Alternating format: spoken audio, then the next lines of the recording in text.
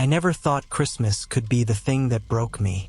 For most of my life, it was my favorite time of year. The lights, the smell of pine in the air, the promise of family gatherings. Everything felt warm, familiar, and safe. But that year, Christmas came for me in a way I never saw coming. It became a twisted reminder of all the things I'd lost, the things I could never get back. It all started with Anna, my wife. 15 years together, and she chose that exact moment, Christmas Eve of all days, to drop a bomb on me.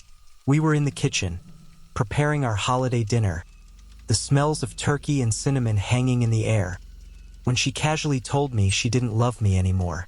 I swear it felt like the floor just vanished beneath my feet. One minute we were laughing about the Christmas music playing in the background, and the next, everything I thought I knew about us, about my life, shattered. Just like that. I don't know which part of it hurt more, the words themselves or the way she said them, like it was something she had already accepted, like it had been a decision she'd made long before that moment, and I was just too dumb to see it. My stomach twisted, my chest felt tight, and for a split second, I couldn't even breathe. I just stood there frozen as the Christmas lights on the tree behind her flickered and blinked. A cruel reminder of everything I'd lost, everything that would never be the same again. The months that followed were a blur. I drowned myself in whiskey and painkillers, doing anything to numb the ache, anything to escape the hollow feeling gnawing at my insides. The pain of the divorce, the loss of my home, the emptiness. Nothing seemed real anymore. Felt like I was walking through life with fog in my head, just going through the motions. Eventually, I lost my job too, and that was it. All that was left was an empty apartment I could barely stand to be in. It was like a tomb, a place where the man I used to be went to die. That's when the city threw me a lifeline, or at least that's how it felt at the time. The Redemption House, a wellness center for people like me, broken, lost, drowning in addiction. It wasn't much, really, just a big old red brick building sitting on the edge of the city, so far removed from everything that it felt like the world had forgotten about it. But somehow it was enough to pull me back from the edge. The place wasn't exactly what I imagined. It wasn't some kind of rehab center with groups and therapy and all that. No, it was worse. It was like a prison, except the walls weren't made of bricks. They were made of hope. And the system there was like a cage, just a different kind. You were watched, counted on, expected to be part of this strange little family. And, of course, you had to share a room. I wasn't thrilled about the roommate situation, but I figured it was part of the deal, so I rolled with it. They paired me with Andy. He wasn't what I expected, not at all. He was quiet, closed off, a little rough around the edges. He had his own demons, and I wasn't sure I wanted to hear about them at first. But then, as we spent more time together, I realized he and I weren't that different after all. Turns out, Andy's wife had done the same thing to him. Left him for another man, took the house, the kids, everything. He'd spiraled into a pit of addiction, trying to fill the emptiness with whatever he could find. And now, here we were, two broken men, each of us holding the wreckage of our lives, leaning on each other because, for some weird reason, it was the only thing that made sense anymore. We spent nights talking about our pasts, the emptiness that had become our constant companion. But it wasn't until we started going through the withdrawals together that I realized just how much I needed him. The shaking, the cold sweats, the crushing weight in my chest. It felt like my body was betraying me. But in that darkness, there was something oddly comforting. Andy was there. I was there for him. We were just two guys clinging to the only thing that kept us from disappearing completely. Then, one night, something changed. Andy had gone out to grab a snack, a sugary fix to get us through another sleepless night, and I was alone in the room. The silence felt heavier than usual. I looked down at the razor on the sink, abandoned and forgotten, and for the first time in months, I felt like I couldn't keep it together. The pain, the loneliness, the weight of it all. It was just too much. I picked up the razor, staring at it, thinking maybe it was time to end it. I walked into the bathroom, my mind spinning. It felt like the only way to make the pain stop. I was about to do it. I had already started to tear the blade loose when I heard the door open behind me. It was Andy. He didn't say a word, just stood there, his eyes catching the broken razor in my hand. Without thinking, he reached out, grabbed me, and pulled me into his arms. His grip was firm, desperate even. He wasn't letting me go. He wasn't going to let me destroy myself. In that moment, I knew what it was like to be saved by a friend. Somehow, we made it through that night. The darkness didn't disappear, but I wasn't alone anymore. And that made all the difference. But that wasn't the end of our story. A few weeks later, I woke in the middle of the night to the sound of muffled sobbing. Andy was in the corner of the room, his face buried in his hands, shaking violently. When I called out to him, he looked up, but his eyes weren't the same. They were hollow, distant, as if something else entirely had taken over. "I saw her," he whispered. "Anna. She was here." My blood ran cold. "Andy, Anna's not here. She's not even in the city anymore." He shook his head violently. "No, she was standing right there." He pointed to the corner of the room where the shadows seemed to stretch unnaturally, curling into themselves. She said I'd never leave, that neither of us would. I tried to calm him down, to tell him it was just a bad dream, but as I got closer, I felt it too. The room was freezing, the kind of cold that seeps into your bones. And in the corner where Andy had pointed, I swear I saw something move, something that shouldn't have been there. The next morning, Andy was gone. His bed was neatly made, his belongings untouched. The staff said he hadn't checked out, and no one had seen him leave. But when I returned to our room that night, the shadows in the corner seemed darker than ever. And as I lay in bed, trying to convince myself it was all in my head, I heard it. A whisper, soft but unmistakable. "You'll never leave."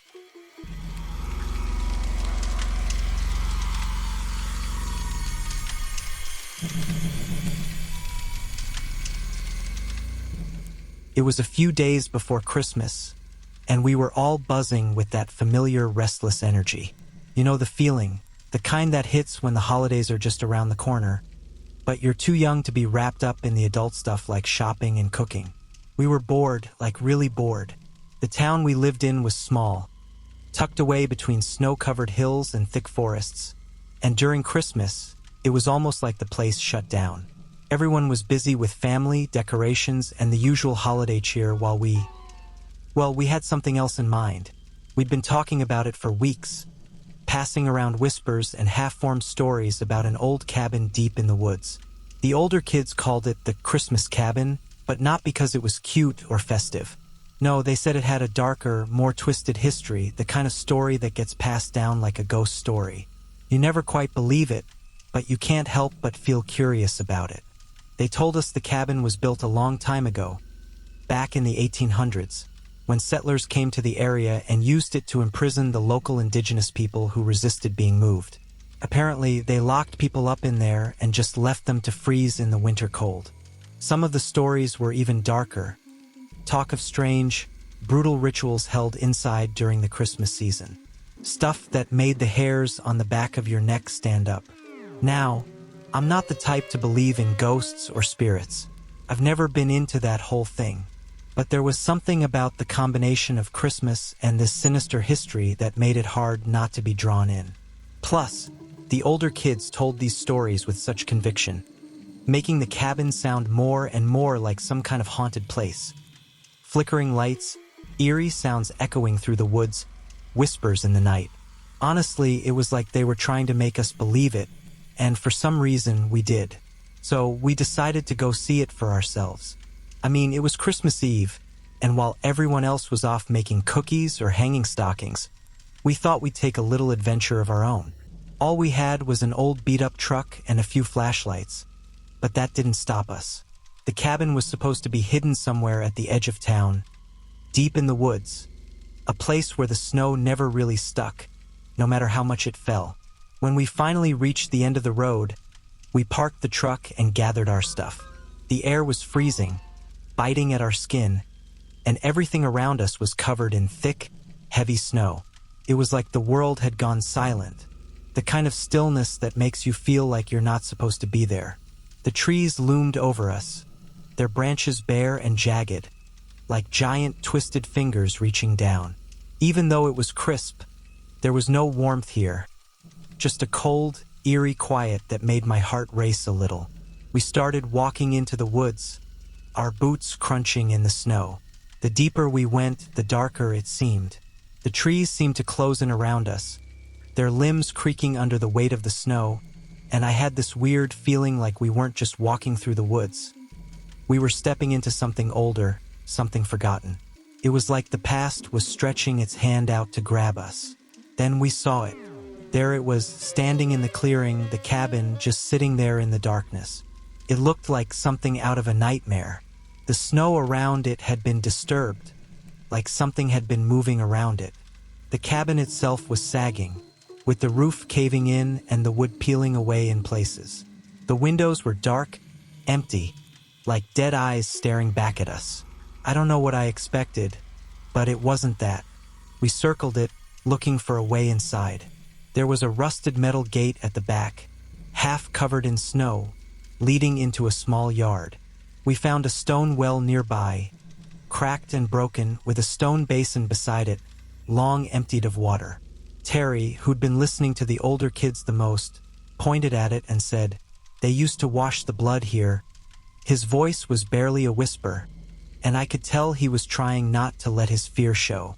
For a moment, no one spoke. It was like the air had thickened around us, and the trees were listening, watching. There were more stories about this place too, about the spirits of those who had died there, wandering the woods every Christmas Eve, seeking revenge. I wasn't one to believe in ghosts, but as I stood there with the cold pressing in on me, I started to feel like maybe, just maybe, something was off. We finally made our way inside. The door creaked as we pushed it open, and the smell hit us right away. Musty, cold, like it hadn't been touched in years. Inside, it was exactly what I had imagined. Rusted chains hanging from the ceiling, old saws and clamps nailed to the walls. The floorboards were warped, and the fireplace was empty except for a few blackened logs. It wasn't festive. There were no wreaths, no lights, no sign that Christmas had ever been here. It was just a dark, decaying reminder of whatever had gone down in this place. We moved through the rooms, stepping carefully. Every creak of the floorboards felt like it echoed through the silence. At one point, Luke kicked over a tin can, and it clattered across the floor. He tried to laugh it off, but it came out more nervous than anything. "Man, this place is messed up," he said, but it didn't sound like a joke. It was one of those laughs you give when you're trying to convince yourself that everything's fine, but deep down, you know it's not. Then we heard it, a soft thud, like something heavy had dropped in the next room. We froze, staring at each other, waiting for someone to say something, but no one did. Then we heard it, footsteps, slow, deliberate, crunching through the snow outside. Too heavy to be the wind, too rhythmic to be an animal. It sounded like something was moving around the cabin, like it was waiting for us to make a move. "Let's go," I said, my voice tight, but just as we turned to leave, the chains hanging from the ceiling rattled, then a loud bang, like something had fallen hard on the floor. We didn't wait around to find out what it was.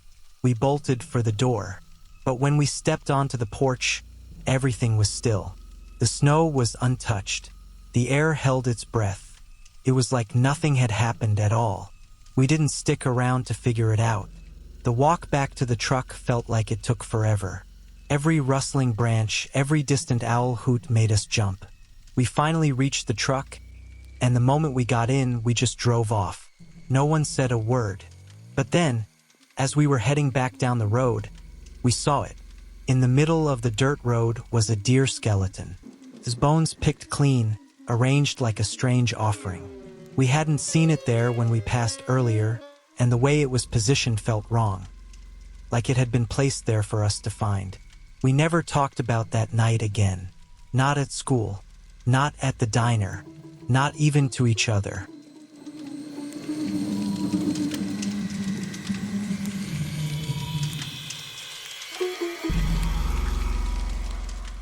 I'm a single mother to my 8-year-old boy, Mark.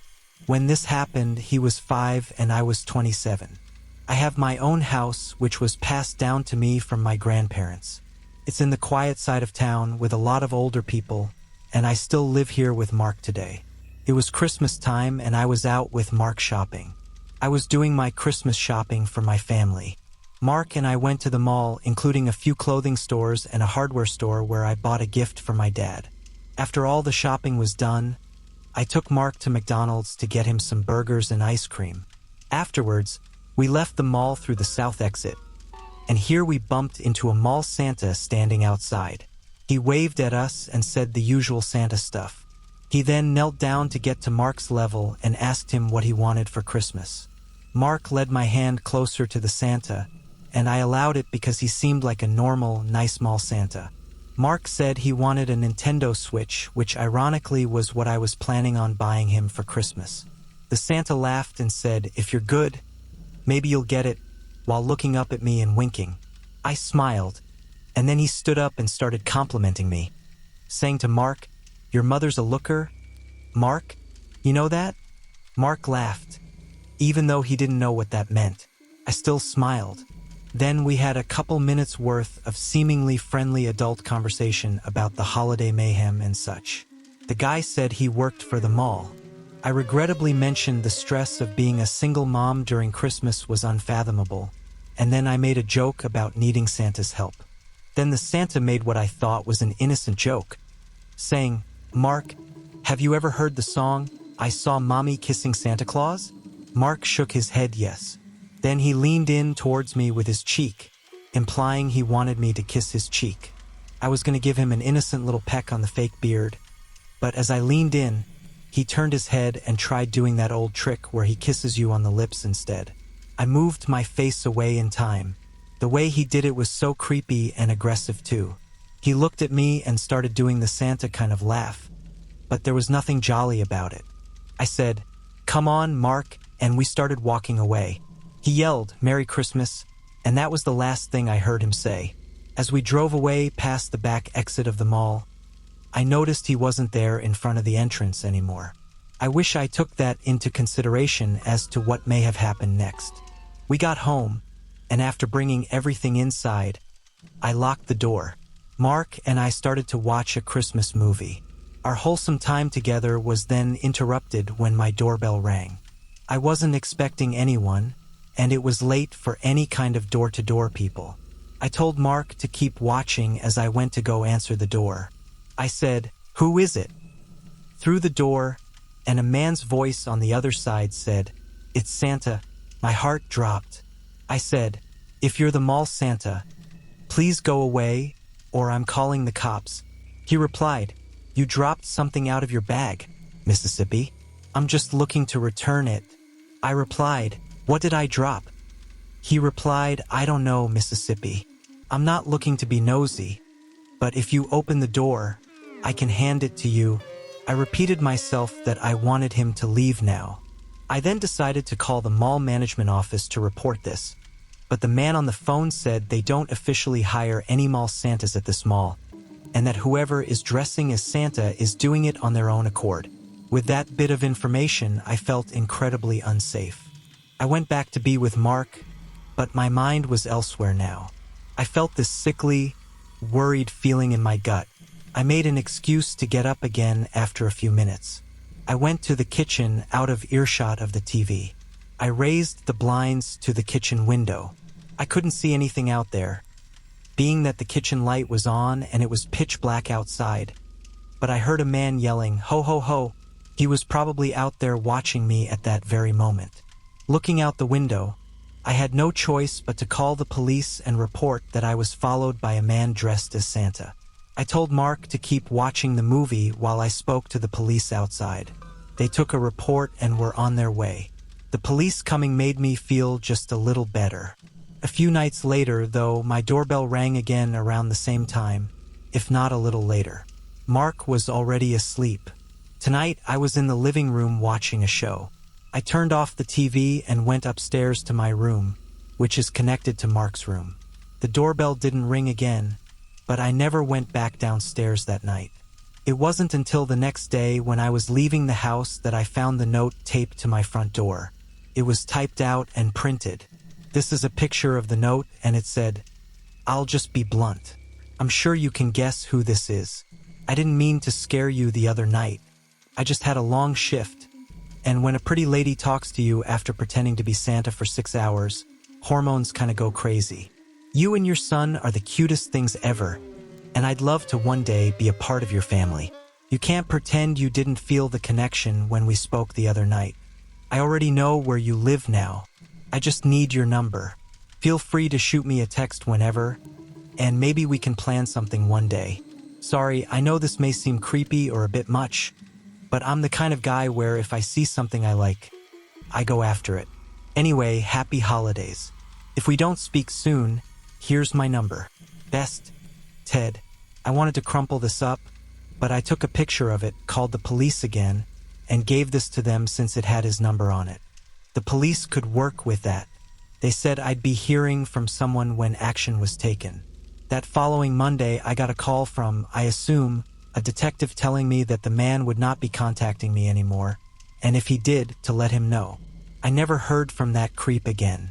I assumed the police threatened to arrest him if there was any further contact.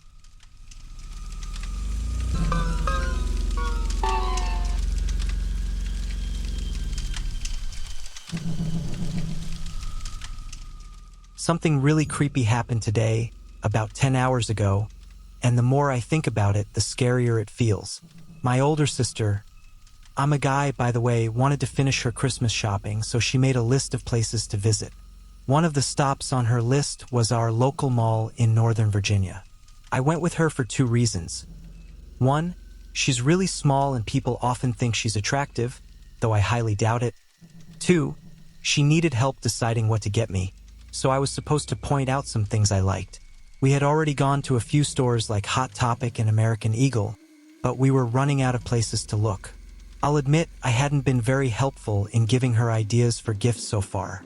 As we walked around, we decided to check out Spencer's because they usually have a good selection of t-shirts and some fun nostalgic items. I remembered they often carry cool throwbacks from my childhood, like old-school Nickelodeon stuff, which I thought could be interesting to look at. We were at the back of the store looking at t-shirts, but I wasn't having any luck finding something I liked or in my size. While we were looking, a guy came up and started checking out the same t-shirts as us. He looked like he was in his late 30s or early 40s, with short dark hair, a long goatee and average build, and was about 5 feet 8 inches tall. At first, it didn't seem suspicious. Sure, we were the only 2 people in the back of the store, but there was plenty of stuff to look at, so it didn't feel like a big deal. He was just holding a small coffee, so it seemed normal enough. Then he looked at me and said, "They've got a lot of stuff in this store. If you've been to Spencer's, you know they sell some adult items in the back. But those were on the opposite side from where we were." I just nodded and kept looking at the t-shirts. At first, it seemed normal, but then I noticed he wasn't really looking at the merchandise anymore. Instead, he kept glancing at me and my sister in a weird way. We started to walk away, going around a rack of clearance shirts and other stuff, but he followed us, staying right behind us the whole time. My sister was clearly creeped out by this guy, and honestly, even though I'm 5 feet 10 inches and 215 pounds, I was feeling weird about him too. Maybe it's because I have family in law enforcement, but something about the situation just felt off. We looked at each other, and she asked, "Are you ready to leave?" I said yes and pointed toward the front of the store, where all the employees and other customers were. As we were walking away, I heard someone behind me say, "Hey man," I knew it was the same guy, but I didn't want to talk to him since he had already made me uneasy. So we kept walking. My sister was about 5 feet ahead of me because I made sure not to let him get between us. Even though I ignored him, he called out again, "Hey man." This time, when I turned slightly, I saw him with his hand outstretched like he wanted to shake hands. Even though I knew he was trying to shake hands, I just said, "What?" because I didn't see any reason to shake hands with this guy. He replied, "Well, It was nice to meet you anyway. That might not sound creepy, except for the fact that we hadn't talked at all other than the one comment he made earlier. I responded with, "Nah, I'm good, man," which clearly didn't sit well with him. He then decided to say, "Yeah, well, screw you too, man," which didn't bother me since I had already turned around and started walking away. I think he expected me to turn around and respond, but when I didn't, he followed up with more insults. While this was happening, my sister was sticking to our original plan and heading toward the exit. The distance between us kept growing, so she didn't notice what was going on until he yelled his final insult at me. She quickly turned around, looking confused, and asked, "What's going on?" I could tell she didn't understand what had just happened. I stayed calm and told her, "Just keep walking," knowing it wasn't worth making a scene or getting into it with this now angry guy.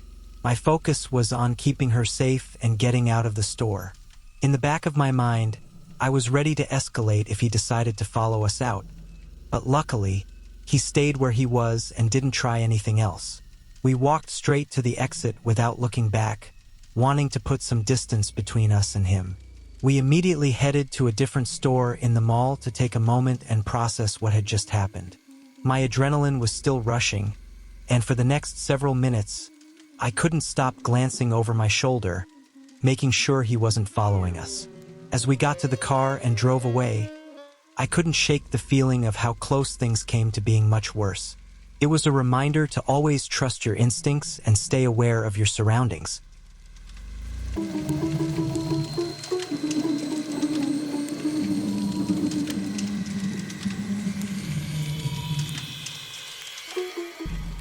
Last December, I traveled across the country to meet my parents and siblings for Christmas. My parents had a decent-sized house, so we would usually all stay there and sleep on the couch or in the spare bedrooms.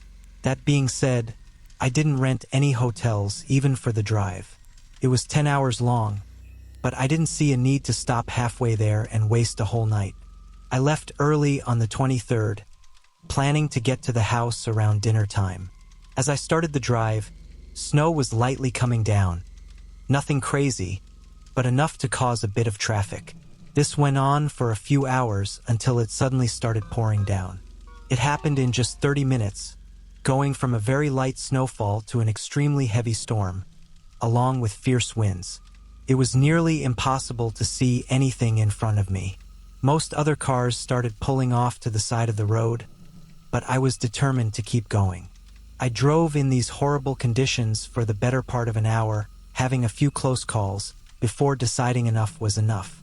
I pulled into a motel and sat in the parking lot, waiting for the snow to clear up. There were a lot of other cars in the parking lot, but I think most of them were probably trying to wait it out like I was. As the sun started to set, it became clear there was no chance of it clearing anytime soon. Reluctantly, I went in and got a room. I went to my room and lay down on the bed. It was around 8 o'clock at this point, and I figured I'd just sleep now and see if it was clear in a few hours. I set an alarm on my phone for 11 o'clock, then passed out. But when I woke up, I immediately knew something was wrong. I turned and looked at my phone, seeing that it was just before 2 a.m. My alarm hadn't gone off. I quickly got out of bed and ran to the window. The parking lot was almost empty now, but it was still snowing pretty badly. I sat back on the bed, and after some thinking, I decided to take the loss and just spend the rest of the night there, hoping for the best in the morning.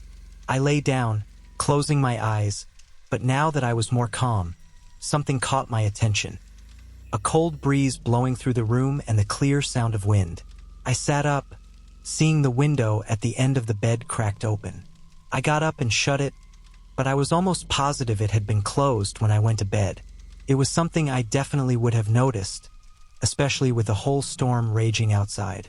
A rush of adrenaline coursed through me as I began to worry. I faced the rest of the room now, standing still and listening for anything.